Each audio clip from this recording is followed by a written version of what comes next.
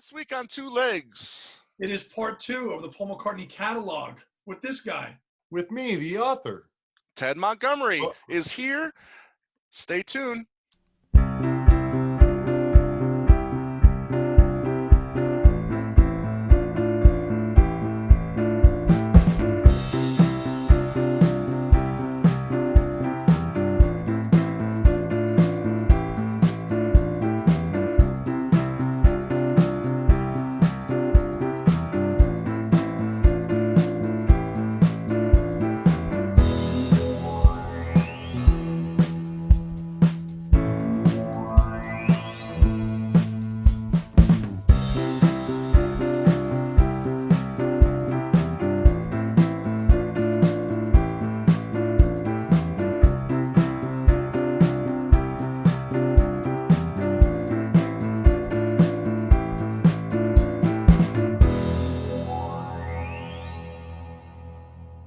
Hi, McCartney fans, and welcome to another edition of Two Legs, a Paul McCartney podcast.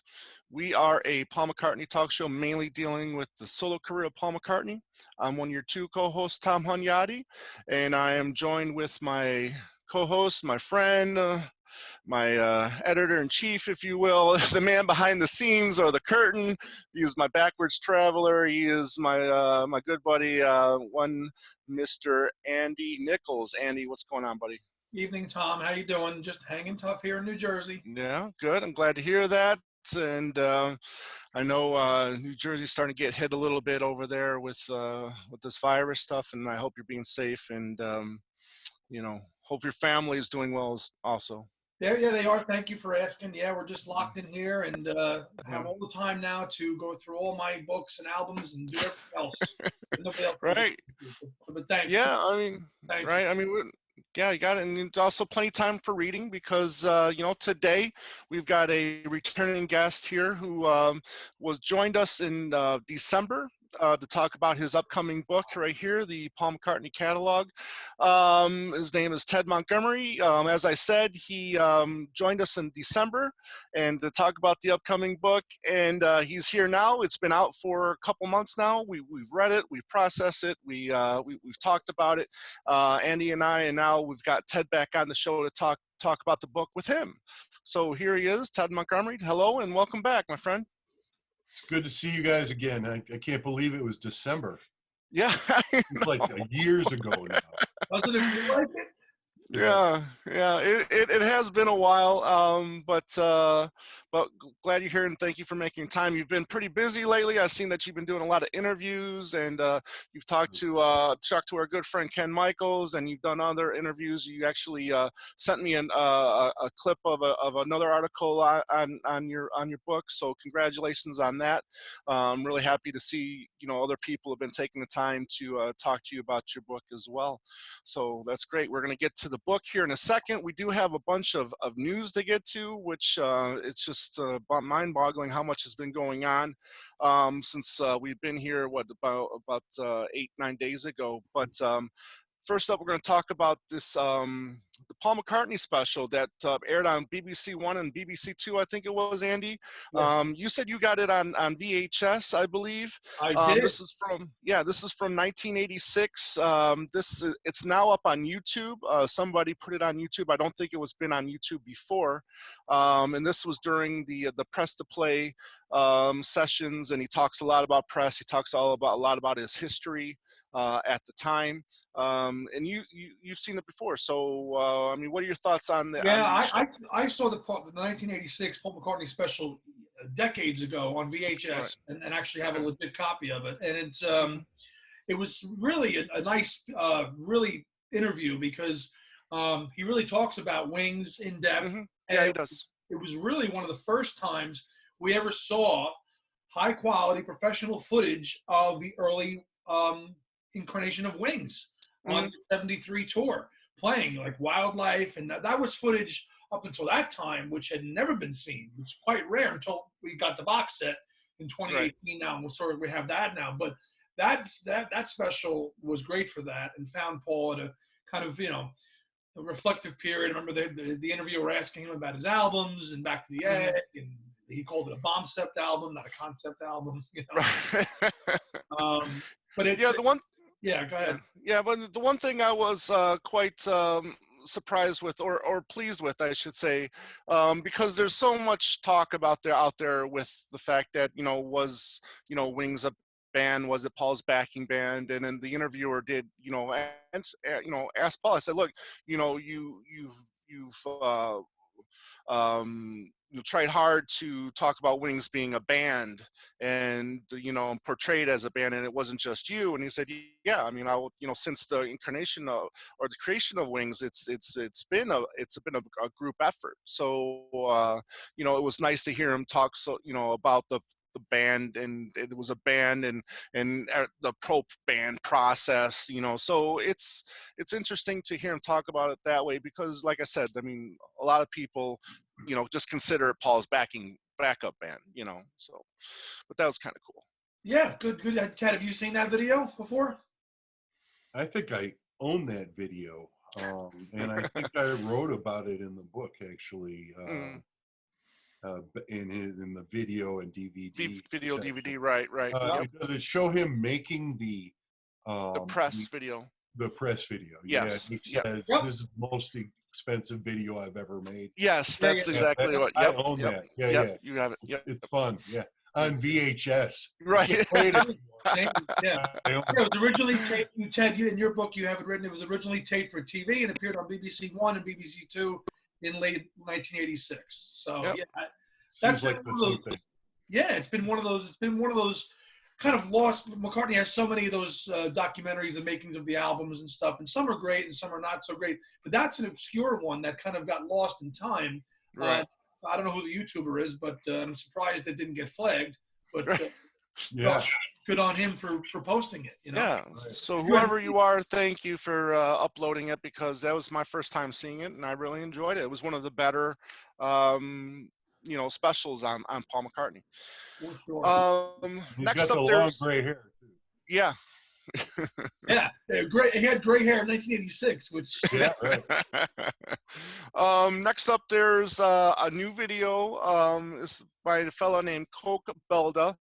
And it's called "Thank You, Paul," and it's pretty much just a tribute to Paul McCartney. He, in the lyrics, he mentions a lot of songs like "Three Legs," "Another Day," and so on and so on. So you might want to check that out. It's an animated video, not bad, pretty good. I don't know if you've seen it yet, Andy, but I have not.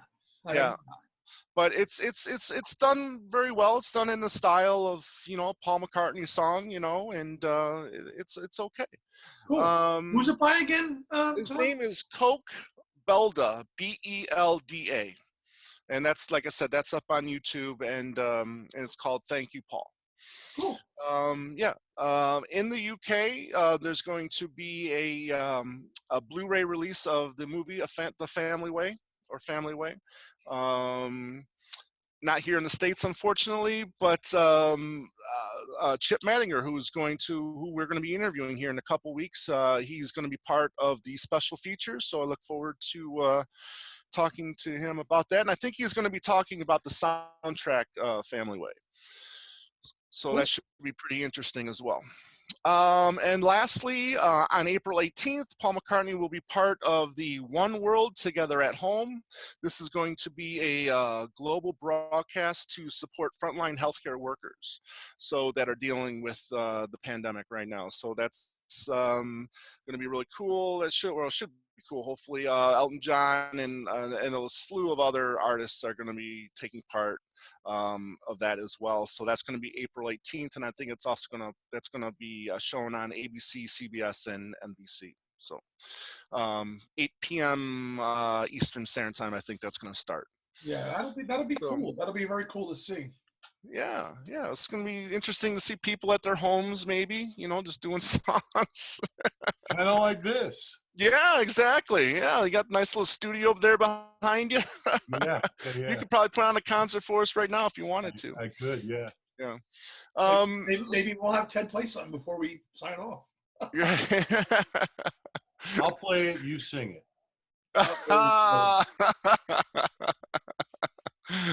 Yeah, no singing here. Okay. Anyways, but Ted, I want to thank you for one, sending us a copy of the book. Oh, my pleasure. Um, Not only did you send it, but I also bought a copy because I wanted us to do a little bit. I wanted us to do a giveaway when you came back on today. So look for. We're gonna decide on something. Maybe we'll pick something from the book here, and somebody can email us. Maybe we'll be the the April 10th. So maybe the 10th person that emails us will win a copy of Ted's book here, Yeah. and we'll figure something out throughout the interview. Maybe we'll ask you, what your favorite Wings album is, and we'll have people, whoever the 10th person is that emails us, will win a free copy of Ted book. Sounds good. And then also today, like I said, April 10th, big day, right? Oh yeah. Yeah, not only is it a big day, but it's the 50th anniversary of that big day. And, Wow. I've seen a lot of chatter on Facebook, all throughout the Paul McCartney Facebook pages. And there's like a lot that can be said about what happened on April 10th, this little mock interview that he concocted for just to pretty much just say, hey, I'm out of here. I'm done with the Beatles. And here's my new album coming up. And I don't foresee myself working with the Beatles anytime soon, So, that whole interview is in the McCartney archive box set, I believe. You can check it out there. But a lot of people forget, and I just purchased a copy of this last night because I'm like, why don't I have this? So I went on eBay and I picked up that Life magazine from November of '69, where they go find Paul, because at the time they were dealing with the Paul is dead rumor. So during that, he just drops this bombshell that just nobody picked up on, saying that the Beatles are no more. They're pretty much done, and still to this day, people consider this the end of the Beatles and not that interview. He said it then, and nobody picked up on it. Mm-hmm. Yeah. So was that before or after he punched out the photographer for running up? Right. Right. And then cut a deal with them. Right. Correct. Give me the photos. I'll give you. All right. Yeah. So pretty it's just a businessman. Oh yeah, even then, right? Right. So it's just interesting. A lot can be said about this, and whether or not John was pissed off that he wasn't the one that was able to dissolve the Beatles himself. However, he had plenty of opportunities to do so. I know in I believe it was in September, when he did make that announcement in September, Alan Klein wanted it to be hush hush. So because he was working on the contracts for EMI and Capitol, and so things were quiet, and so but they still got that deal. So John still had an opportunity to break up the Beatles on his own, but yet he still kept putting it on hold. So he was releasing singles. He was releasing Live Peace Toronto. So he was doing all these other things with other people. Why didn't he do it any sooner? Yeah. So it's just really interesting to think. And then here's Paul McCartney, who wanted nothing more than the Beatles to remain intact, and then he's the one that said, "Okay, I'm done. I'm out of here." Ted, I'm not sure how old you are, but do you have any memory of this date of what happened? No. I still got to send you the Beatles book, guys, and I will do that. I'm gonna write that down right now. I didn't start listening to and becoming a fan of the Beatles until after they broke up. Right, you said that last time, right? Until like the 70s. So I never heard one of their albums as it came out. They had all been out before, so I had a lot of catching up to do. So I have no memory of April 10th, 1970, specific to the Beatles whatsoever. Okay, got you. So let's talk about the book here. I'll say that when I got the book, I was a little worried because It's only 208 pages, and you think of like Paul McCartney's career. It's this massive 50-year career with what 30 plus albums. Whether you consider if you consider the classical and the experimental stuff, and the covers albums, but you did it masterfully. You did a great job. You just get cut to the chase. I mean, you give your opinions, but you find a way to talk to the reader in such a way that if you're a new fan or if you're an advanced fan like Annie and I, it still makes sense. It's still a good read, and I don't see why any fan of Paul McCartney would have an issue with it. So I really think you did a great job, like I said, narrowing it down. You said what needed to be said, and you didn't beat around the bush or anything like that. And then here it is. And and I thank you for that, because any Paul McCartney book is I consider a welcome, because there's not a lot out there. And like Andy has said in the past, I mean, since 2010, we're finally getting more and more books on Paul McCartney, and they're not necessarily all opinionated like yours is.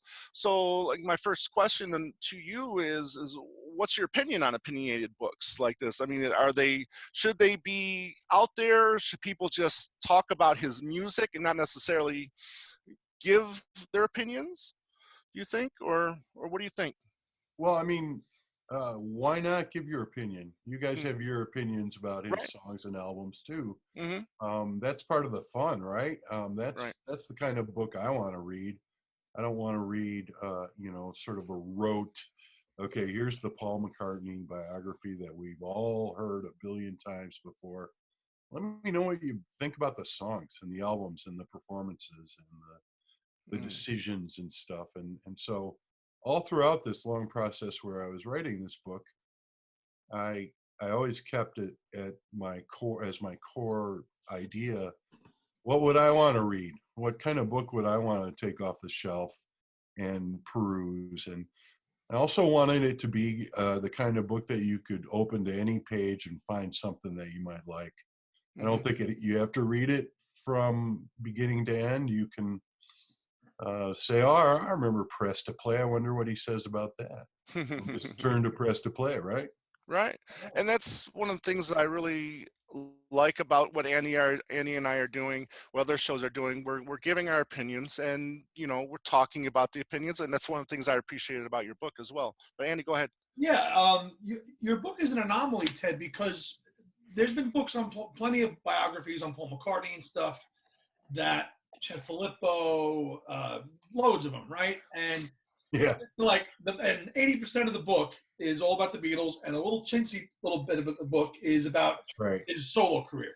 Yep. Now, here comes your book, which is not massive in scope, yet it covers the whole thing. So it's really like the first book of its kind, because there are attempts now. There are books that are longer that cover like Luca's book and some other people's books and stuff. Great books. Yeah. Right, but your book is the first kind of book that covers only his solo career, but does it in a very concise way. So kudos to you, because that has not been done before. That's really what I set out to do. I wasn't trying to cut corners or anything. I just, I could give you 20 pages on Mary Had a Little Lamb, but you wouldn't read it. I would. You would.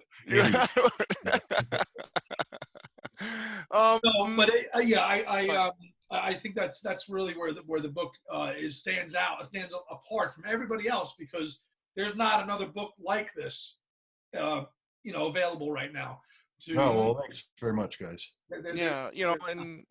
And I love some of the opinions, and some of the opinions not so much, and we're going to probably touch on a few of those here in a couple minutes. That's why you give your opinion, so there's exactly, right? Exactly, absolutely. Before we get to what's in the book, you also kind of made this a little bit of a family affair. I mean, you gave a couple albums to your siblings to listen to as well, correct? And you kind of just had them report back to you and have them give you their thoughts on those albums. How did that turn out? Yeah, that was an interesting exercise. I have 4 siblings, 3 older sisters and a brother, Mm. and they all, heard Speed of Sound coming from my room, right? Right. Yeah, during that whole time, and so they're all familiar. I remember the first time I ever saw the McCartney album. My sister Linda had purchased a copy, and she loved the song "The Lovely Linda" because Mm. she thought it was about her, right?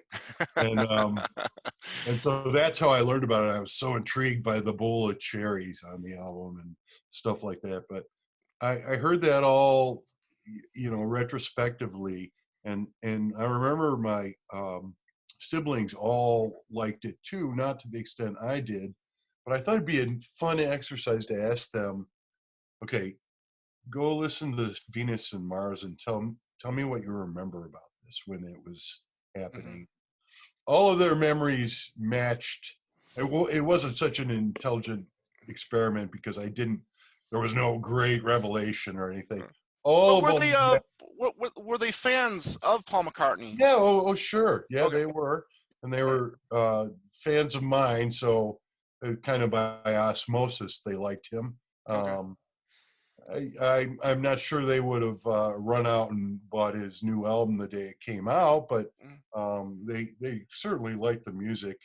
I have one sister who really likes the album Band on the Run, Mhm. and I sort of gave them 2 albums to listen to, and the assignment was, tell me what you remember about this, and tell me what you Okay. like now as opposed to what you remember liking then. And Mhm. I was surprised at how much of what they liked then comported with what they like now. It hasn't really changed that much. Oh, interesting. Okay. Yeah, yeah, So yeah. it aged well for them, It did. if It you did. will. Yeah, yeah. Cool. Very cool. That's fun. Getting into the book, we'll start off with my first album I'll talk to you about is Ram, my favorite Paul McCartney album. You call it the most Beatles sounding, which I agree with you on that. I mean, it's very Beatles sounding. What are some of the examples you would tell a Beatles fan that's not really necessarily a McCartney fan? I mean, what would you tell them was Beatles sounding on that album? Well, first of all, it's maybe, or certainly up to that time, his most produced album. Right. There's Hmm. orchestra on it. There's horns on it.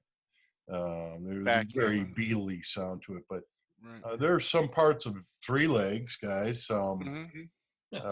When I Fly, When I Fly, When I Fly. It sounds like Right. just like John Lennon, just like Right. John Lennon. Mm, And also the style, um, and parts of the end of Backseat of My Car, yeah, I agree. um, this sort of 3-part song that is Uncle Albert. Just there's so many Beatle flourishes in that, Hmm. melodic flourishes, but also instrumental flourishes. Great album, Yeah, yeah. I think of the White Album. I think of Abbey Road right? when I hear Ram.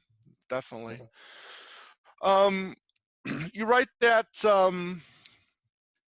the way Wings recorded Wildlife was a savvy career move. Do you think that was the right move? What he did? I mean, recording that album so quickly. I do. I think that he was sticking a toe in the water in a sense, and they just kind of jammed for a while, as you guys know. Mm, I think that in his mind, in Paul's mind, he really had to turn back the clock and reset the clock and start from zero again. mm-hmm. They weren't going to make Sergeant Pepper 2.0, obviously, at that point. And he didn't really even want that. I think he just wanted some jam buddies, and that's how it started. And that album, not my favorite McCartney album, but certainly an important step in building Wings. Yeah, Yeah. yeah. Um, Go ahead, um, Andy. Later on for the next one, the Red Rose Speedway, I see that you agree with it being pared down to a single disc, and that if it was a double album, it wouldn't have been as strong. It was what you wrote, right? Pretty much, it was your assessment. Yeah, Yeah, no, I think it's a good album. I love the extra stuff in the box set, the re-release. Hmm. All of that's really good. Some of it was on cold cuts that we've heard before, and but stuff like Rower's Ball and Night Out and stuff that really doesn't move me that much. Right. Yeah, but you were a little disappointed that it wasn't the rocking album that they were portraying live. I mean, because there's some great songs like "I Lie Around," "Best Friend," "The Mess" The that may Mets, have that awesome. may have made that album a lot better, and in some people's opinions. Yeah, I mean, I've always liked The Mess. That was a B-side, as you guys Hmm. know, and Best Friend. Wow, what a Right, revelation that is. The guitars, Denny and Henry, really working well together live. Great right. sound. I'm Yeah. hoping Mhm. to God they didn't enhance it in the studio afterwards. Yeah. What is there a studio version of that floating around at all? Not that Best I've Friend? heard. Yeah. Yeah, I don't Yeah, I think think there it's is. just live. Just live, right? Yeah. Yeah, there's a studio version of The Mess. Right. Yeah, right. yeah, Yep. But Yeah, it's a shame we didn't. I would have liked to have heard "Best Friend" in a studio with them. yeah, that would have absolutely. been fun. Yeah, another track that didn't make the album that they did live too was 1882, was it? Yeah. That's again, I think, when you hear it just as a piano a bit on the Wildlife box set, and then you hear it transform into this really good guitar-driven song that they were doing live. I think that's I think we another got. I song think that we I got think. three versions of that Yeah, song box set. exactly. Yep. Yeah. Yeah. Good Yeah, stuff too. So, I mean, those rockers were out there, and then they were really rock because Paul really wanted to be a, tight little rock and roll band. But, you talk about, the album just got these lighter rockers like, Big Barn Bed and Get on the Right Thing. So those are really the only two real strong rockers on the album. Right. Yeah. For sure. I love "Get on the Right Thing." I think that's a great rock and roll song, and Mm-hmm. it makes it even more interesting that it was recorded during the Ram sessions, Right. Yeah. which is really fascinating to me. Spinoza with Spinoza and McCracken. Yeah, Cracking. that's Right. exactly Yep. right. Yep. Right. I Right. will. And so was Little Lamb Dragonfly, if I'm Yeah. not mistaken. That's Yeah. true. That Yep. also. So When you were writing the book, were there albums that you had memories of that not liking, and then you came back and then you appreciate them now? Back to the Egg.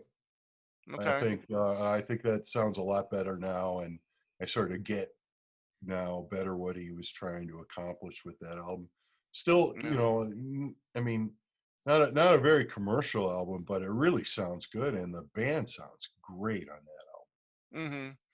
Yeah. Um, a song like "Arrow Through Me," I think, album. was just, you know, probably maybe the most commercial of the on the album, which I was kind of disappointing to see that I think it was in a top 40 hit and it didn't do as well as Coming Closer or Getting Closer, sorry, did.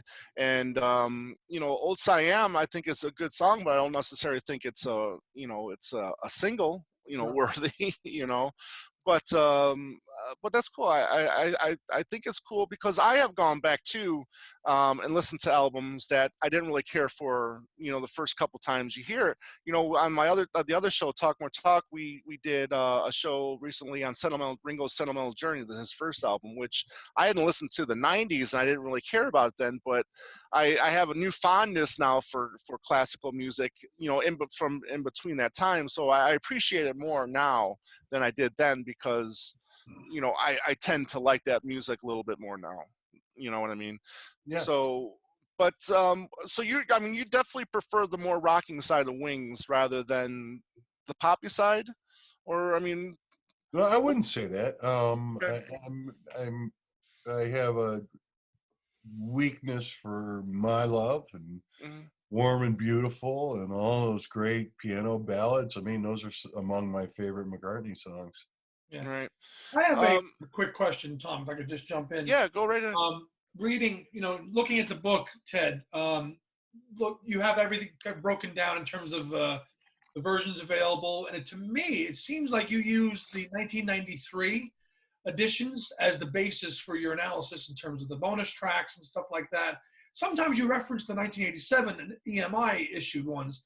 For the most part, it looks like what you use the 1993 remasters as your kind of basis for talking about the album and the bonus tracks that were available on those. Is that accurate? Yeah, that's accurate. You'll see, I think that I mentioned the bonus tracks at the end of the little chapter on the albums. Right. I'm my starting base is how the albums were released originally and then available. Right. Some of those CD editions, they get really confusing because you've got you've got like Wildlife, okay, like the 1993, okay, fine, bonus tracks, right?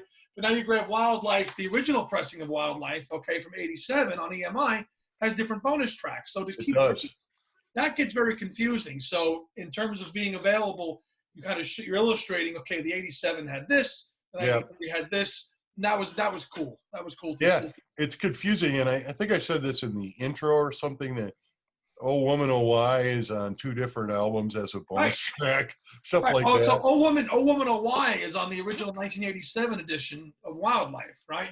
Right. But it's not. But now "Mary Had a Little Lamb" is on this one. Right. Really weird. Yeah.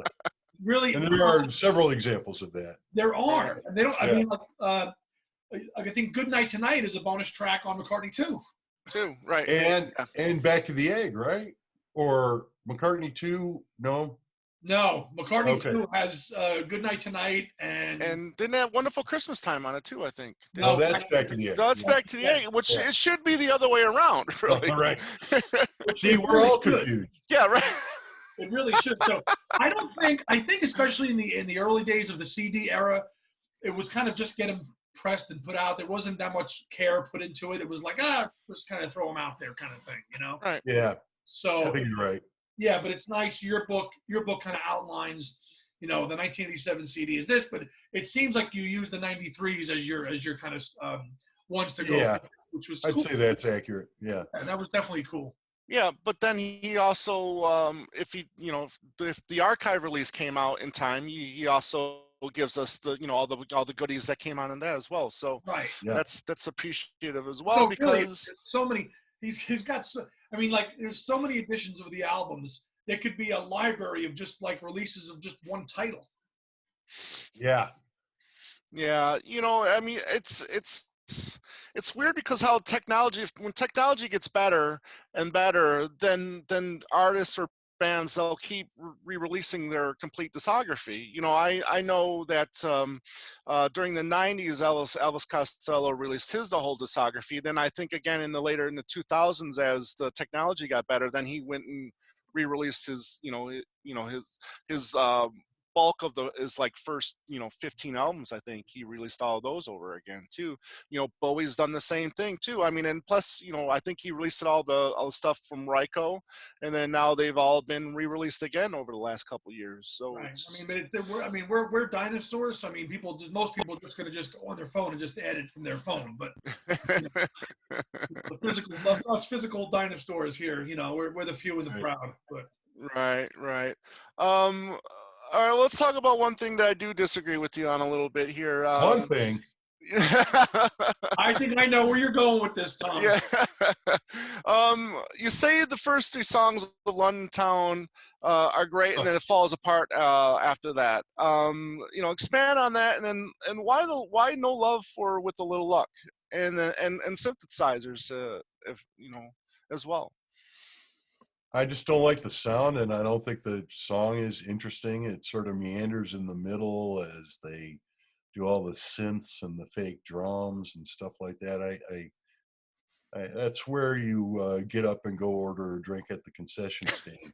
Even though I don't think he's ever played that live, has he? No, there's a reason for that. It was gonna be. No. They rehearsed it. There's YouTube. It was rehearsed in 1980 for the Japan. Right. But yeah. There is YouTube footage of them rehearsing it actually. Never did it live. That's all I'm saying. Never did it live. Yeah. Watch, you're gonna do it now. Watch. Yeah, that's okay. I'd love to hear it live. That'd be fun. Just because I don't like the song that much doesn't mean I wouldn't like to see it performed. Of course not. It's something new, right? Do it. Yeah, right. So anyway, I love the first 3 songs. Really awesome. And if you put that on the turntable back in the day, listen to those first 3 songs, you might be forgiven for saying this is going to be one heck of a great album. Right. And after that, I like Girlfriend and Name and Address and nothing else. Okay. Just my opinion. Yeah. That's cool. I mean, Yeah. Tom and I are big fans of With a Little Luck. The full. Yeah. We can geek out all over 5 minutes and 45 seconds. Don't hate me, guys. Don't We hate me. don't hate you. Don't hate you. That's No. what's. But why it's very refreshing to hear another perspective on it. You know, Right, exactly. I don't think I've ever met anybody before that actually has said they don't like that song. So you might be the first. I was listening to it, and when that album came out, believe me, just like everyone else, and it was right. enjoyed some pretty heavy radio play too, as you know. Right. Oh yeah, absolutely. It was number one song. But what was the first album that you connected with on McCartney in the 70s growing up? Well, I mean, like I told you before, my sister had McCartney and I think Ram. Okay. She got them when they came out. So. But what was the first one you got on your own? Red Rose Speedway. Red Rose Speedway. Okay. Very good. That's about when my burgeoning interest in Paul McCartney started to really blossom. Okay. 73, 74. Gotcha. Very ripe time for him, as you know. Did you watch the James Paul McCartney special? No. Come on. Yeah, of course I did. I mean, gotta sing, gotta dance, man. Yeah. Where else can you see that? You know. Yeah, great mustache, great mullet. Oh, man. Just the great pink tuxedo. Very cringe. Like that era, he really let the mullet go into crazy. He did.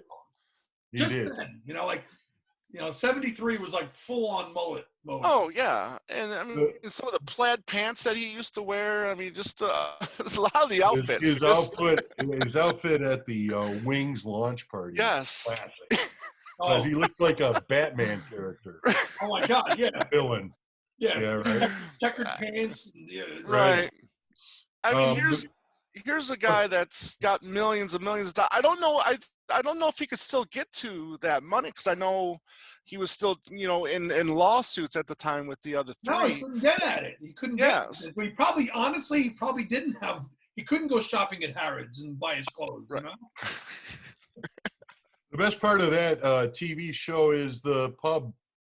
The pub. I think so. Absolutely. By far the most. Absolutely. A place I've walked by many a time.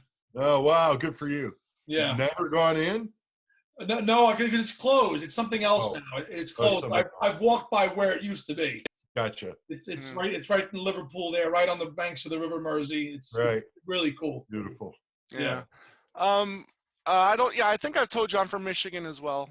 I lived there for 31 years, but being a little younger than you, not to put you down, not to remind you or anything, but I never got to experience, was Olympic, what was it called? Olympia Stadium. Olympias, thank you. So, and that's where Wings played in 76, and you did get to go, correct?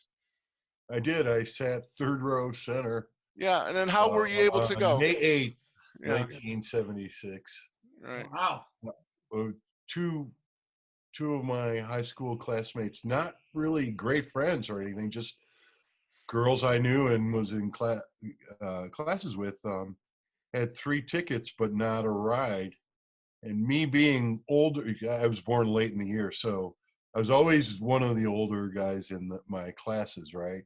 I already had my license, so they saw, all right, here's our ticket to ride, so to speak. And I got a free ticket just for driving them there and back, and it was worth every second of it. Yeah. And I'm sure you'll leave it just to that. Yeah. Oh, no. The show itself, I couldn't hear. Right. Great. What was that arena like? I mean, had you been there before? Yeah, I've seen Red Wings games there when I was a little kid. Okay, that's where the hockey team played, right? Okay. Right. And smoky, claustrophobic. You're you're really tied up against each other in the seats and stuff, but great atmosphere and pretty good acoustics for the time. Okay. Yeah. Okay. So it was a great show. So kind of continuing on a similar with the path with the synthesizers. So clearly you're not a fan of McCartney 2 really that much either. I love McCartney too. Do you? Yeah, I sure do. I don't like the instrumentals except for a summer day song. That was That's my kind note. of yeah. Right. Yeah.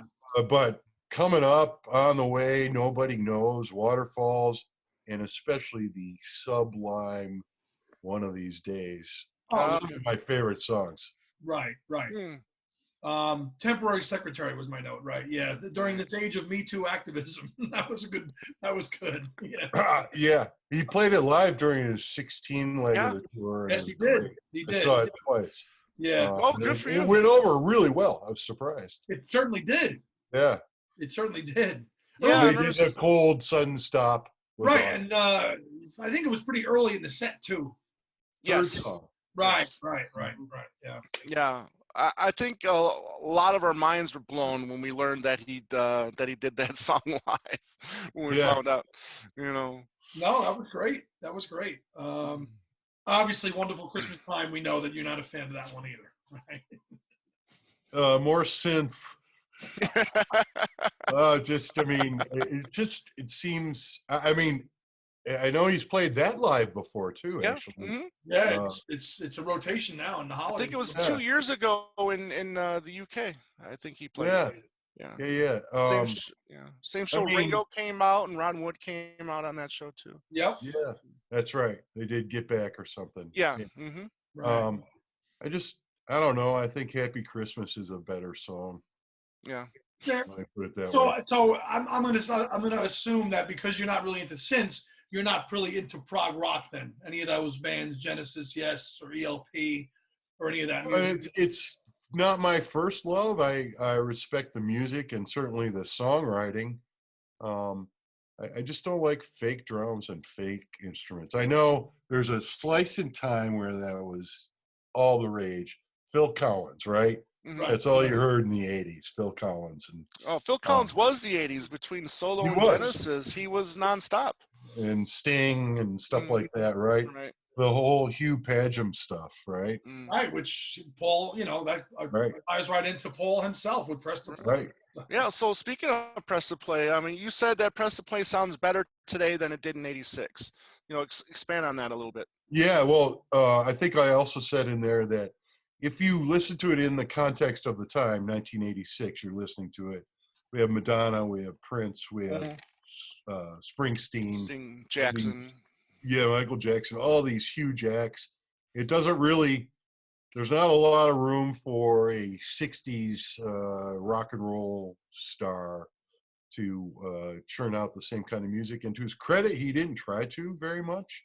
I mean, he's got the obligatory piano ballad in there, right? Only Love Remains. And he's got a couple of sort of rockabilly type rockers like Move Over Busker and Angry.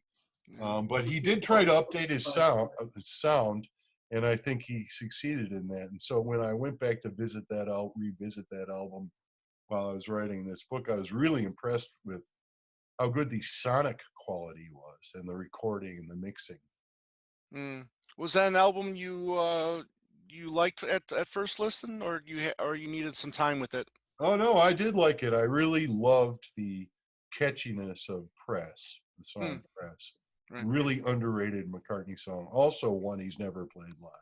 Yeah, I think he could pull that one off. So I still think he could pull off Spies Like Us. I mean, I think that's an easy one that they could, still do with Wicks behind them, and I think he'd still be in good vocals for that one. Yeah. So I was gonna try to shift gears here a little bit and talk about the live albums. I liked and I agree with your opinion on the albums, the Paul's Live album and Good Evening New York City is not being really the best examples of McCartney's live material. Because you were talking about the Amoeba gig being superior to those two. The Paul's Live and Good Evening New York City, they just have a muddiness to them and what you touched on. Yep. And they're not great representations of where he was at that time. I just don't think they're not albums I revisit that often. I mean, and clearly you don't either. Right. I think that Wings Over America back in the U.S. and Trippin' the Live are his finest. Yeah, I mean, you even go Certainly the greatest set lists, right? The live yeah, set lists. yeah. I mean, And you even go as far as to say that you feel the Back in the U.S. is the best live album. listen to that on your headphones, guys. Unbelievable. I mean, it's Yeah. just the vocals are mixed way up. The guitars are nice and crunchy. The energy is great. My only nit with that album is there's no banter on it, like on No, Trippin' the Live, which has a lot. Which is I think that's a good point, because the Back in the U.S. just kind of the songs just clip by, and there's no feeling of a performance and a show and everything else, Right. Whereas The atmospherics, right. yeah, although I think Wings Over America, there's not a lot of banter on that either, which is a lot of the banter was taken out of those songs too, which is interesting. How you doing? You doing all right? Whatever he says before Right. he lets it roll it. Right. There's not You feeling okay? Something like that. Right, but to your point in the book, though, it seems like the Amoeba gig, especially now since it got repackaged and it's available, that seems to have gotten a lot of love now, and clearly outshines a lot of these other releases, Paul is Live, and even Good Evening New York City. So yeah, plus a much smaller crowd, much more intimate setting. Yeah, it really comes over in the recording, I think. It does. Amoeba gig. I don't know what with Paul is Live. It's kind of like the sound of it just sounds weird. It sounds compressed. It's not really compressed. Yeah. Really, it sounds like the audience sounds are fake. That's, to me, it doesn't sound like a real audience. And it wasn't fake when I was there in Pontiac Silverdome. It's too bad we didn't know each other then. We could have shared a beer. Too. I know. But the other thing about Paul is Live is there's 16 songs he played during that tour that aren't on that album. No. Another Day, Fixing a Hole. Yeah. I'd love to have records of those songs. Right. Right. I mean, he focuses a lot on the rehearsal songs, right? And then he focuses a lot on off the ground songs. He does, and it's. I mean, from one aspect, it is nice that there are some songs that he did play live for the first time ever that we got live, like Magic Free Tour and stuff like that. Songs that were not done live at all. All My Lovin', and Here, There, and Everywhere, which now you had live versions of these songs. Paperback Writer, from that aspect was nice, but it just didn't feel like a concise. It didn't feel like a good representation of what that show was. Whereas the Tripping was a total, from start to finish, accurate reproduction of what that show was and tour was. And he still fit in a couple of sound check songs on that, like a great version of Matchbox. Yeah. Right. And so that album is awesome. It's engineered and mastered by Bob Clearmountain, who I think worked with Springsteen for a while, and he really did a great job on the. Certainly did. Yeah. But I liked your take on the live stuff in particular, because I agreed with your points on a lot of that stuff. Yeah, it's all great to have, even Good Evening New York and Paul is Live, but I prefer those three that we talked about. Yeah, cool. For sure. You seem to generally like the classical stuff too. I mean, what are your feelings on classical music? Were you a fan of classical music in general, or was it just something that you didn't really care for throughout your life? And how was that experience listening to Paul's classical music?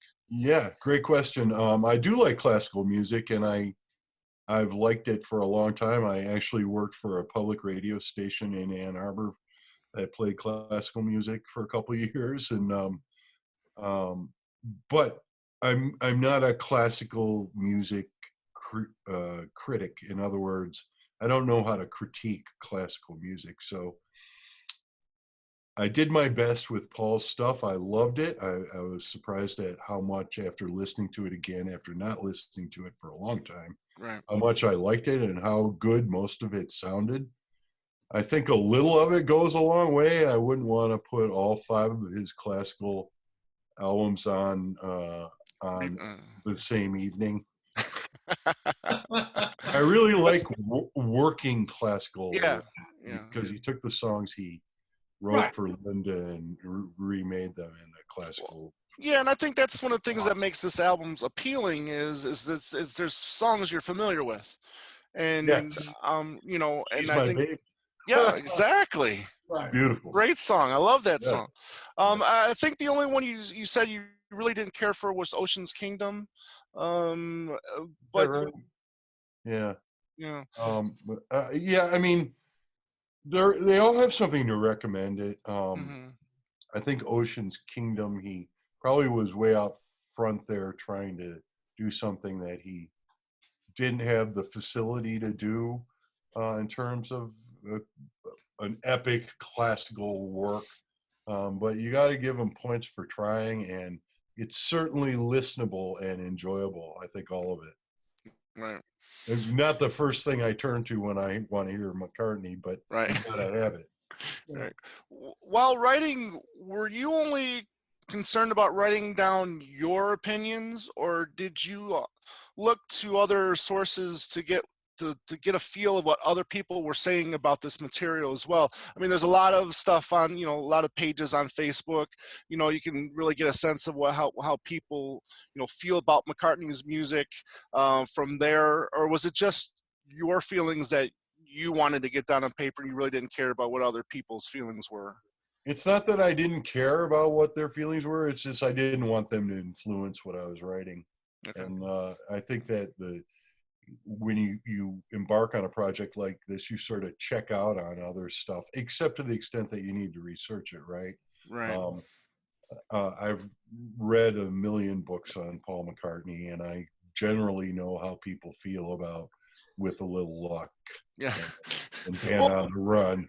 yeah. Well, And so that's embedded in my brain cells, right? right. As it is Sure. with you guys. Right. So that can't help but influence you. But I Mhm. didn't really want, I really tried to make this something that was coming from me, and critics be damned, right? Right. Right. Yeah. No kidding. Yeah, because the reason why I meant bring that up is because I remember maybe a month or two ago you had made a Facebook post about Ram and you called it underrated, and I really think that these days it's more appreciated than thought of underrated. That's the reason why I asked that, because it's one of those albums now that I mean people are considering it their favorite McCartney album, such as I, and you know. You're right, Tom, but you're applying your McCartney geekiness and Andy's and mine to everyone else, and not Mm, everyone else has it. The guy who's liking it now might have hated it back in '71, right. you know. So that's why it was originally underrated. Okay. Yeah, Okay. yeah, Gotcha. yeah. Well, Uh, I got another. We'll yeah. Go skip for it, that Andy. direction. With the bootlegs and the songs that you picked, and because you wrote about it in the book, saying, you know, I'm not going to talk about all the bootlegs. You're going to just kind of cherry pick the kind of most popular ones. Right. What was your rationale and thought process behind the bootlegs? Your sources? You had them. You had to seek them out. How was your thought process in choosing the ones that you did? I chose the ones that are probably most well known, like Cold Cuts. I own a CD of Cold Cuts. I'm that guy who bought that CD. Nice. And um, Cold Cuts seems like an obvious one because it was originally, you guys know this, meant to be a release, right? Yeah. You know, Four and different occasions. yeah, and the record company said, "No, I'm not going to put out, your scraps." But later, of Which course, is they did. yeah, Yeah, which is why not? crazy I love the because scraps. right, which is crazy because it wouldn't have really cost them the studio anything. I Right, mean, these are projects or songs that already done. already Right, done. Yeah. right. Right, budget release. Just put it out. Yeah, Exactly. no, I love that album, and that was my introduction to such great songs as "Best Friend" and "Tragedy" and Cage. Love Cage. Wow, Sure. fabulous. Mm-hmm. And and the other one was the Phil Ramone stuff. I think Sure. there's kind of a rumor, or I don't know. I think this is unsubstantiated, maybe you guys can correct me on this, but I don't think he ever set out to make an album with Phil Ramone. I think he recorded some songs with Phil Ramone, but I don't think he tapped Phil Ramone in the way that he tapped Nigel Godrich or Right. Hugh Padgham. Yeah, I don't think there's much written on that Yeah, on that period or those sessions. I know right. they were productive, They and were. it was what the Return to Pepperland bootleg Much was well, pretty in New much. York, in New Yeah, York, in New Yeah, York, at the Power Test station with Billy Joel's backing band. right. exactly. Mm-hmm. Mm-hmm. And there's some interesting things that came out of that, but it seems like even Paul didn't like it enough to officially release it. A lot of the other bootleg stuff is like, sound check right from the board, and that's Right. not interesting to me. I like the sound check stuff that he's released himself, really good. There's some Mm-hmm. great sound check YouTube videos, of course, and some of the stuff that were extras in some of his live album releases, really good. But you know, how many times are you guys going to listen to Jet in a sound check, right? Right. That's true. That's true. And plus, Um, I've never been a bootleg fan. It yeah. seems like, here's my little moral fiber showing, but it seems like inherently wrong on some level. It Uh, does. I mean, yeah, there's some enjoyability of it. I mean, I don't know if you have it too, Andy, but I've got the '83 disc Get Back bootleg where it's that got some of complete, that too. Yeah, it's that complete month. And for me, what's the most interesting part of it is the chatter, the behind the stuff scene. yeah, I agree. That you got to turn it up. You got to wear headphones because you'll hear it a little bit better than you will just listen to it with regular speakers. So it's fun in that regard. But yeah, but do you really want to hear Get Back and Let It Be for the 50th time? In No, those bootlegs. Yeah, no. Yeah. And also I think that McCartney and his people, his marketing people too, done a great job of curating his the recording, the stuff left on the cutting room floor, so to speak. Mm. And don't think for a minute he's not doing that partly to combat bootlegging. All Oh. artists are, yeah. you sure? I mean, now you can get Best Friend without having to buy a bootleg, Right.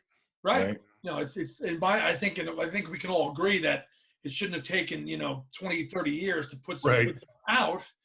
You know, right, and we've reached the peak of like the physical media. Like the time to put that stuff out would have been 20 years ago at the peak of CD sales, right? 20 years right. ago, 25 Yep, years ago, when people were buying all this stuff physically. I mean, now they could just download it, fine. But I think he would have generated more sales if he had put this stuff out 20, 25 years ago. right, right. I agree.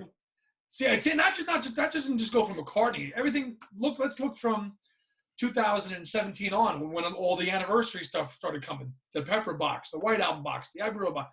It seems like the record companies are going, let's get all this stuff out now. Yeah, no, there is something to that, and I like most of it. I don't like all of it, but Mm. no one says we have to like all of it, right? Right. But Correct. it seems that McCartney's team, especially over the last 5 years, has been very diligent and smart about what they're putting out, and they know what they're doing now. It Yeah, seems they're maybe, more generous in past years with what they're Yeah, I putting agree. out. There's a Especially few of in those. the last 5 years, as you say, Andy. Yeah, Yeah. yeah, it seems that we've gotten a lot more content, a lot more stuff. The first 5 years of the campaign, it was like a couple releases. Not a whole lot of extra stuff in them. A little bit of this, a little bit of that. It seems like really now we've got a lot of good stuff now. yeah, Yeah. I agree. Yeah, same here. Um, you think very highly of Egypt Station. I was very happy to see that because I know there's some people on the fence with that. I know there's people that enjoy new better than Egypt Station and vice versa. What was about Egypt Station that you really enjoyed? I really like the rockiness of it all, the rockingness of it all. Mm. Um, some of the songs have really great rock and roll qualities to a Caesar rock. Is that what that's Mhm. called? I'm sorry. No. And the one about bullying. I can't remember its Yeah. Who name. cares? Who cares? I love Yeah. Who The Cares. feedback at the beginning reminds me of something Terry Kath would have done in a Oh, Chicago concert. You totally. know. Yeah. Yes. Yeah. So I Yes. think Paul's pulling that off at kind of an advanced stage for a rock and roller, Hmm. and he's sounding really modern. I think there's a really modern sound to that album on the whole. It's got a Right. lot of great material on it. Well, I mean, a lot. I mean, yeah, because if you did the Target edition, you got the 2 extra tracks, and then, releasing, every 6 months, it seemed like there was either a single from those sessions, or we got a new edition of Egypt Station. So Nice. it was. Really cool. Tonight. Yay. Well, yeah. Well, I was going to go lead into my next point. It was really cool. Your book is probably the only book that was published that actually has an opinion and a review of that single, the Record Store Day single that we have, which is Yeah. cool. Yeah, I know, which was just weeks before I even talked to you guys. Right. Right? Yeah. Right. November 29th. Yeah. So the book was originally planned to come out before Christmas, but Right. stuff kept coming out. Red Rose Speed, or was it Red Rose Speedway? I can't remember, but the Egypt Station new versions and stuff. Yeah, we And got we that in wanted it September. all, and of course he's going to put out something new any second now, right? Right. And my book won't have. And he did on New Year's Eve, or New Year's Day, pretty much. Yeah. You got a new song with "Get Enough," and then Yeah. So, it was just it's just a hazard of the business when you're putting out a book, right? Something you can hold in your hand. It's old pretty much the minute you get out, but this one is up to date so far, pretty much. Right. Did you have a problem with the auto tune for "Get Enough"? No, not at all. It was in my Beatles book. I talk about how John Lennon would have loved auto tune, and then a week later would have never used it again, right? Yeah. But he would have been fascinated by the technology and the sounds. Right. I hate auto tune, and I think it's a bane on the music industry. I agree with you on that, Ted. Yes. For sure. Yeah. And because you can spot it a mile away, you know what I mean? And Right. Madonna, you got this great. You're a great one of the great performers of all time. You don't need to artificially manipulate your your pitch and stuff. You can do it. Yeah. Reach for it, girl. Reach for it. Right. And so I actually have a non-music related question. This is more like the kind of geekiness, kind of academic researcher type that I am. With your book, Ted, with like compiling the index and stuff like that, how was that hard? Was that hard to do? Was that something your publishers did for you? Did you actually put an index together? Because sometimes indexes are not in these books. We don't get an index. Yours does, which is great because it's quick reference in the back. But what was that like putting that together in terms of trying to going back and finding what you talked about and actually putting an index together? Well, I mean, you could have an index that's 50 pages long if you mention. I did it. The publisher did not do it. If you mention every person who's mentioned once in the book, right? So I stayed with the people who are mentioned more than once. Like, I'm trying to think of a good example. Obviously all the Wings guys, right? Right. But also, I wanted you to be able to open the book, like I said earlier, and say, "All right, I want to read about." Speed of sound. How can I find speed of sound really quickly? And that's all in there too. Obviously, you don't index the name McCartney because it's on every page. Right. So there's a little art to it. It's probably my least favorite thing to do for the book, though. And it's always the last thing, obviously. And so you're ready to be done. Yeah. Yeah. No, that was really cool. And again, you had a selected bibliography hitting all the kind of big ones, the Blaney's, Carlin, Gambaccini, Tony Jasper, all the big ones. Again, it's not as supposed to be like hey, here's every book. Here's oh no. Right. Yeah, I haven't read every book, so I don't really want to use it as a source. Those weren't really sources. They were books I read, the recommended reading, books I've read a long time ago that somehow are in my head still, right? Right. Another thing that I kind of disagreed with you about is the song that you think was the best B-side, "Let Me Roll It." I was kind of surprised by that because there's a lot of great B-sides that are non-album tracks, and I would have probably thought that's where you probably may have gone with, you know, something like, you know, "Right Away" or "Daytime Nighttime Suffering" or "Sally G," but you really like "Let Me Roll It" as a B-side. "Ode to a Koala Bear," you missed that one, Tom. Well, I don't really I consider love that that one. song. Okay. Yeah, but Right. anyway, Yeah. I love "Let Me Roll It." It's my favorite song on Band on the Run. I think it's a really remarkable recording and performance, and it should have been a big hit, I think. Mm, So that's really where I was coming from with that one. okay.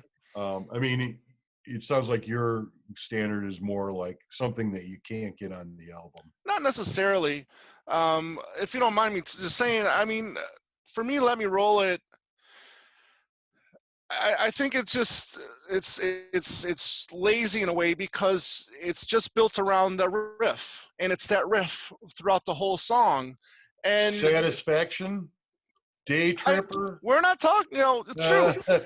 But here's the thing is I would have loved to have seen it do something like "Old Siam Sir," which again, here's a song that's built around the same riff, but then, you know, it goes in a different direction. There are two there in the middle of the song, or during the chorus. So it's just not that same riff throughout the Yeah, whole I song. mean, It just makes it a little bit more interesting, is what I'm trying to say. yeah, and it's kind of the same complaint I have with "A Little Luck." Hmm. Or Fair just kind of enough. almost sounds the same. Fair enough. So yeah, I mean, your point is right. I mean, it's a repetitive riff, and it's built Mhm. around that. And then, Right. you know, the little part where it's the instrumental part where there's no singing and it's playing And the riff there's, for eight yeah, bars. That's probably overkill. right. And Yeah, it's just screaming for a guitar solo during yeah, the, you right. know. And Well, listen, something different. he obviously loves it. He's had it in every show for Oh, forever. Yeah, You know, absolutely, except for absolutely. uh, "Trippin' the Life." He didn't do it on he that didn't one, do it. and He didn't do brought it. it back for "Paul Is Live," which Right, really great. right, and Yeah, it was good. But I mean, yeah, it's one song that obviously he just loves, and now he's kind of evolved it into this whole other jam thing. And now when he does it live, he goes off into Foxy Lady or something now, right? yeah, he does. Yeah, Yeah, He likes yeah. playing the loud electric guitar, the loud Les Paul, man. He loves that. he does. Yeah. There's that term. You know, I like the term "Pure McCartney." I think it's great. I think it was a great title for the box set. Was. Um, what does that term mean to you? What is "Pure McCartney" to you? I mean, I think that's a great representation of his entire career because there's solo stuff, there's wing stuff. Um, uh, in, but you know what? If the three of us, if a producer said, "Okay, give me 69 McCartney songs you want to hear when you're on a long drive across the country," Right. we're not coming up with the same 69 songs. I guarantee it. Oh, this interview alone has Right. proven that, right? Right. Right, And so, but that's the beauty of it. What's Yeah. pure McCartney to me isn't to you, but I'm sure there's lots of overlap. I mean, pure McCartney doesn't. I can't imagine Souvenirs not being on pure anything called Pure McCartney, Mm, right? And that's so obscure, right. right. and so it'd be fun to do that as an exercise sometime. Give me your 20 favorite McCartney solo songs, and see how many of ours match. I bet you there's a third of them matching. I would agree with that, probably, if not Yeah, more. yeah, Yeah. if not more. Yeah. Good. But that's Good. part of the fun, right, guys? Absolutely, Yeah. absolutely, and that's the fun about reading a book so opinionated. I just love, you know, being able to talk to somebody that's, you know, in a respectful manner, you know, that just has a different opinion than you, you know, Yeah, and I it's think and we're it's agreeing on a lot of stuff too, though. yeah, Yeah, yeah, exactly. yeah. But talk about the young Ted Montgomery that wrote a review about Pipes of Peace, and the Ted Montgomery now that can be critical about Paul McCartney's output? Well, I was just going off to college, and I was halfway through college, and I was home for the summer, and that album came out. And of course, I dashed to the record store. You guys remember those? I've got 15 of them here in Oh, Arizona. you're I'm lucky. spoiled. Not many out this way, but and I bought it, on release date. Mm-hmm. And I spun it a couple times. I loved it. I got to my typewriter and wrote a review and sold it to the local newspaper for like $25 or something. Maybe one of my first published pieces, and it was slavish. It was so overwhelmingly, this is the greatest thing ever done. You still have it? I bet you I could find it. I should post it on Facebook. I would love to. Yeah, we'd love to see it. Me too. I'll track it down. It's in a big box somewhere, musty box. And I sung the praises of Average Person and Hey Hey and Dug a Piece, and these masterpieces that kept flowing from the pen of Paul McCartney, and now it's pretty lightweight stuff. Although, let me go on record right now as saying, "Through Our Love" is one of my favorite all-time McCartney songs, and that album is justified in my mind by the inclusion of "Through Our Love." I could listen to that all day long. Fantastic closer and production. It is fabulous. George Martin. Right? Yep, George Martin, absolutely. It is amazing when you have you had a number 1 hit in UK with Pipes of Peace. You had a number 1 hit here in the States with Say Say Say, and that it also went to number 2 in the UK. That it didn't do better than what it did. I mean, it wasn't the number 1 international success that Tug of War was, but it still has some good stuff on it. I mean, I love So Bad. Yeah, So Bad. Yeah. One of my very earliest memories of Paul McCartney is watching the video So Bad. One of his most favorite videos too, which is a topic we covered on one of our shows. Wow. Yeah, even though the grammar is really bad in that song. Yeah. Oh, I love you so bad. So bad. Yeah. English teacher would have a field day with that song. Yeah. Yeah. How bad? So bad. Yeah. Right. Yeah. I've always just had a problem with that word, so, in front of another word, Yeah. I love you so much. Right. Well, Gabriel obviously liked it. He called his album So. So, exactly. Nice. So where So he leads off with So. Yeah, exactly. So when were you able to then make this, cut it? Okay, listen, this is not a good album. I mean, I'm still a McCartney fan, but I can look at it in a different light now.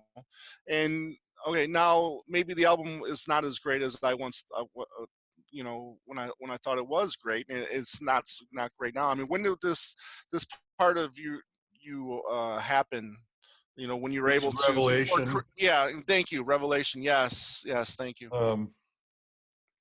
Okay, well, I'd say it developed over time. It was not like I wrote this great review and then the next day thought this album sucks or anything like that. It's over time as your tastes grow and evolve, right? Yeah. Not everything is the greatest thing he's ever done. Back then, I was thinking it was so, and now I don't. But that makes the great stuff even better in my mind. Somewhere in the book I wrote, guys, I think, and I'm paraphrasing, but the lesser McCartney works are accented or accentuated by the fact that the greater McCartney works are such a high bar, such a high bar, that you can't possibly get there every time. Right. And so the gulf between the good and the bad is larger than it is with Katy Perry, maybe. Right. That example, but you know what I mean. No, but I get the point. The albums are so on a level that very few are ever going to reach that plateau. Right, it's galactic. You just can't do it every time out. No. Gotcha. I don't want you to give too much away because we want people to actually, to go buy the book, read the book if they haven't yet. Andy, do you got anything else you want to, No, I'm good. I'm just happy that Ted was able to come back on again. And like you said, I read this in about a week. So, yeah, I know. Experimental stuff. That's awesome, man. But thank you. I'm so glad I know you guys. It's true. There are others like me out there, others of my species. Right. Well, let's just dabble in the experimental stuff for a second. Yeah. Was that something you're discovering as they were coming out? I know at first people, didn't really know what Fireman was when that came out. I know there was a limited run on those, so that's something you must have found out about later on or afterwards, correct? Certainly with the first two Fireman albums, I was really intrigued when I was going around the country watching the U.S. Back in the U.S. tour, because the Cirque du Soleil opening to that, you guys saw that. One of the songs from Strawberry, or what's the first album? Strawberry Forest. Yeah, Alarm was it? Whatever. I can't remember the order. Forest, right. Forest, yeah. Was the last song of the pre-show, and it built up to such a crescendo that when the band came out, it was just such a mind-blowing moment. I can't tell you what song on that album was on it, but it had this really, really. Last song on that album is called Sunrise Mix. Yeah, Sunrise Mix. But so the first two, they're okay. They're fun to have. It's part of the catalog and stuff. But the third one, Electric Arguments, just such a great album. Oh, one of his most underrated albums by far. Yeah. Trying to you grab it here. Yeah, I just picked it up on vinyl this week. Nice. It had a couple copies left on Amazon, so and I didn't know it was on vinyl. I didn't know what they. It was it was a lot of money back in the day when I got it too. So you got a good price on that, but yeah, it's I think everybody agrees it's his most Paul-like album without using the moniker, of course. But. Very melodic, very, very melodic, and recorded really well. Yeah. There's some good stuff on here. I think, let's see here. My favorite song on this would probably be Universal Here, Everlasting Now, the second to last track. I think it's got some, because it starts off with this nice little piano bit. It does. And then it gets into like this crazy, helter-skelter-ish maybe type style of stuff. But that's a good pick. My favorite on that is Dance Till We're High, because it sounds like it was produced by Phil Spector. It does. It's got that wall of sound. Right? River Deep, Mountain High, man. It's right out of that songbook. It's almost like a Christmas song. It is. It's got bells in it. Right. Yeah. Right. It was cool that he added he said he did Sing the Changes, and I think he did Highway on one of the tours. Yep. Yeah. I saw him do that at Citi Field. He did Highway. Yeah. Oh yeah, how fun. Yeah. Gotcha. Yeah, and he did Sing the Changes on the rooftop at David Letterman. Yeah, he did. Yeah. That's right. Yeah. Sun is Shining is another good track too. God, they're all good. Yeah. You wonder why he didn't just release it as a Paul McCartney album and wanted to keep the Fireman label on it. Yeah, because that's it's its own thing. It's instrumentals, and I would have thought that why change the mold? Why change the formula? On that, and then just all of a sudden just add vocals. Yeah, it's hard to predict how geniuses react to their own music. Right. He probably had a bunch of backing tracks in the can and thought, man, I could sing something cool over this. That's my impression of it. That the vocals if you took the best stuff off of Memory Almost Full and Electric Arguments, you make one super great album, Yeah. You sounded like George Martin talking about the White Album. Where do you stand on standards? You're a fan of standards? Yeah, my dad's first job, my late father, unfortunately, his first job in his life was as a disc jockey in Royal Oak, Michigan, Mm, playing Frank Sinatra and Nat King Cole.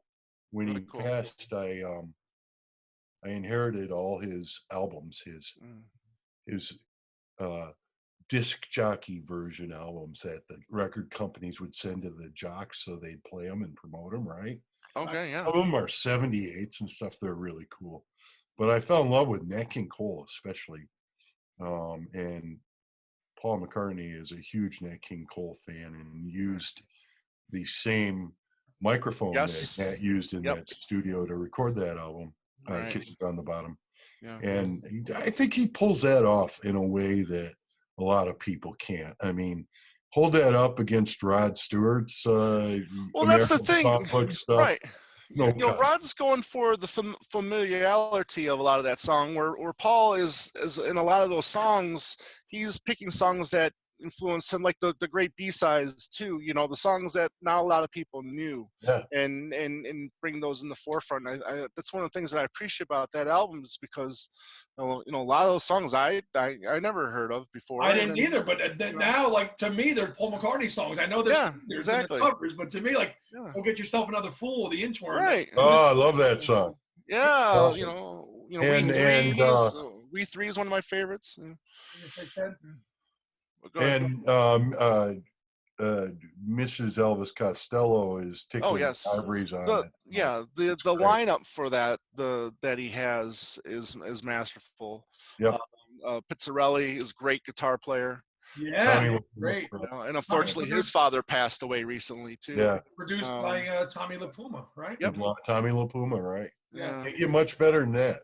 Right. No, Don't rule out another American Standards album by Paul. I think he's got another one in him.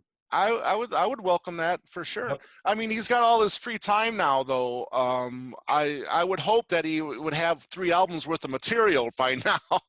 When this pandemic is over with, maybe he'll hopefully knock out 2 or 3 more albums. Yeah, I'm sure he's always working on stuff. Yeah, exactly. I mean, the difference from the Kisses on the Bottom to the Rod Stewart stuff is, on those Rod Stewart albums, I mean, half of the albums you're going to be familiar with those songs. Right. Whether it's the Sinatra, Dino, a lot of those songs you're going to know. These songs, they just sound new and fresh, and it's exciting. I dig it. I do too. Yeah. Well, narrow down. Let's talk about just the whole catalog. If you will, obviously you took all this time. You put all the time and effort into writing about this. Where do you put this catalog of music in the history of rock and roll? Is it the greatest catalog of all time? I mean, obviously you're a big fan of music as well. I mean, you're a musician. You looks like you play music a lot. Where does this catalog rank in the great catalogs of the history of rock and roll to you? Well, he's certainly probably the best songwriter of the 20th century and part of the 21st century. Certainly in terms of endurance and output, and he's been prolific. He's dabbled in so many styles. One thing about this book is that there's so many. The thing I keep hearing from people who have picked it up and read it, not guys like you who know everything about McCartney already. Don't say. Well, no, you guys you really know a lot. But people who are just casual McCartney fans, maybe, who remember silly love songs and let them in, but not much else. They're like, wow, he did like trance music, or he did mashups, and Twin Freaks, right? Yeah, and it's just amazing what he's dabbled in, right? Mm-hmm. Absolutely. But in terms of the stuff he writes, he just is just an unbelievable songwriter. And also, I'm going to go out on a limb here, and maybe we can't say this anymore, but he's also one of the great rock and roll singers of all time. I agree. Just his voice during the early 70s on Ram and up to listen to Wings Over America. That rock and roll voice on that album is as good as anyone Right. from the era. Well, Ram alone, I mean, the variety of and tone of his vocals throughout that whole album. I mean, you get something like Monkberry Moon Delight, and then you get something as soft and a little softer, like Dear Boy, and then Backseat of My Car. I mean, it's just like a roller coaster of vocaling styles, and then same with Red Rose Speedway as well. Right. He's all over the map in his vocal styles as well. And that's one of the things that gravitated me towards his solo career is those vocals and the variety of music, because as a music fan, I appreciate a wide range of music, and he just seems to master all of them. I think he does. I think his ability to come up with melody is unmatched by anybody else of his contemporaries. He has the best ability to come up with a melody on a dime and turn it into a song. Okay, lyricist, wordsmith, he's not, fine, although he's written some damn good lyrics. But Sure is. in terms of the ability to come up with just a pure melody, he is unmatched, in my opinion. Yeah. That's a great summation of why he's one of the great, if not the greatest songwriter of our lifetime. Right. Very well put, Andy. Yeah.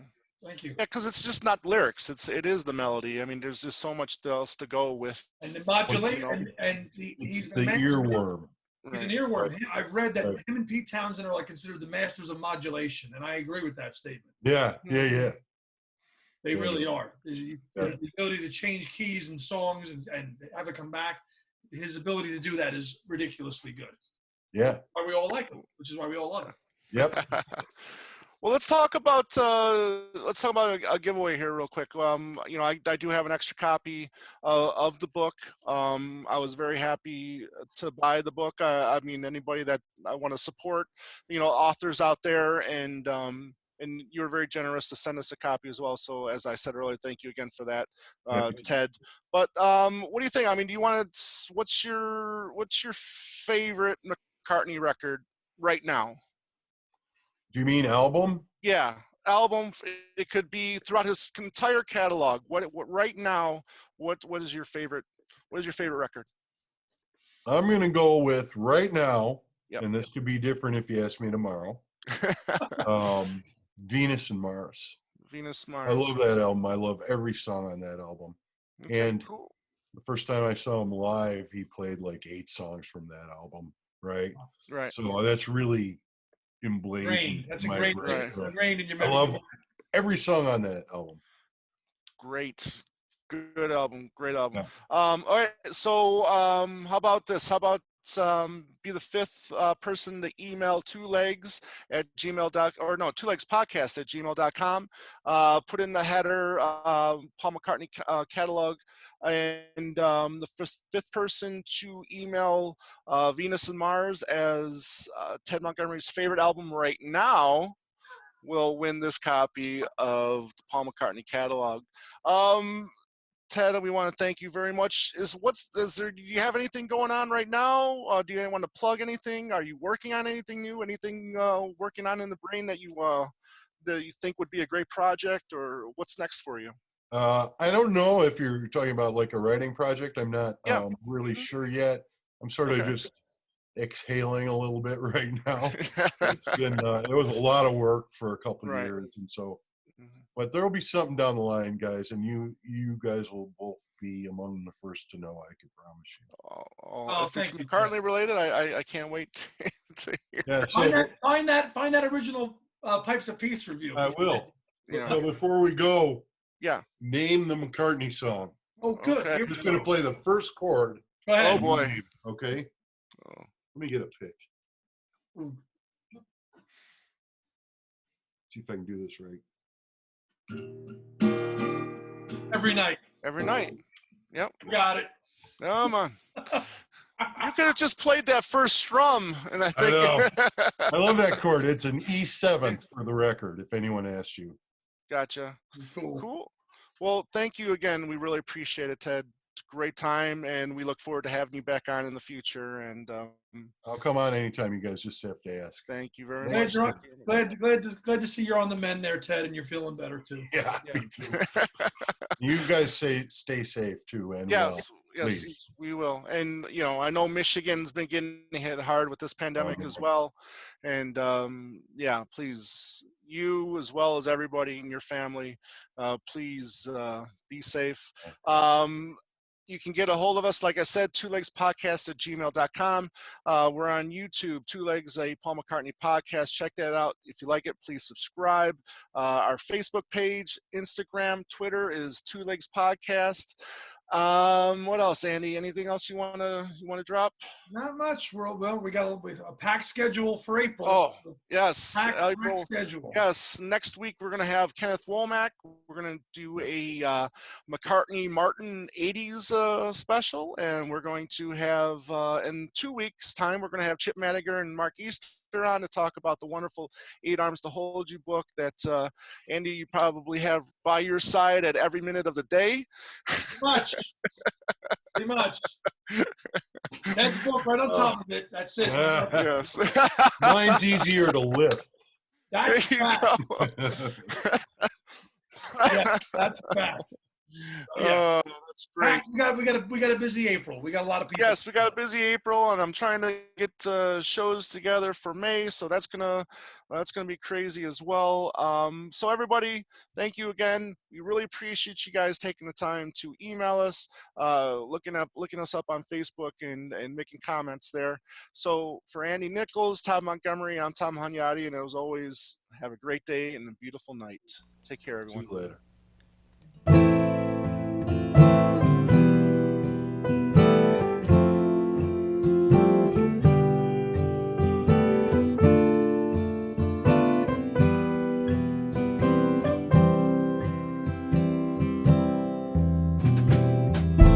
Listening to Two Legs, a Paul McCartney podcast, hosted by Tom Hunyadi and Andy Nichols, with musical contributions by Dylan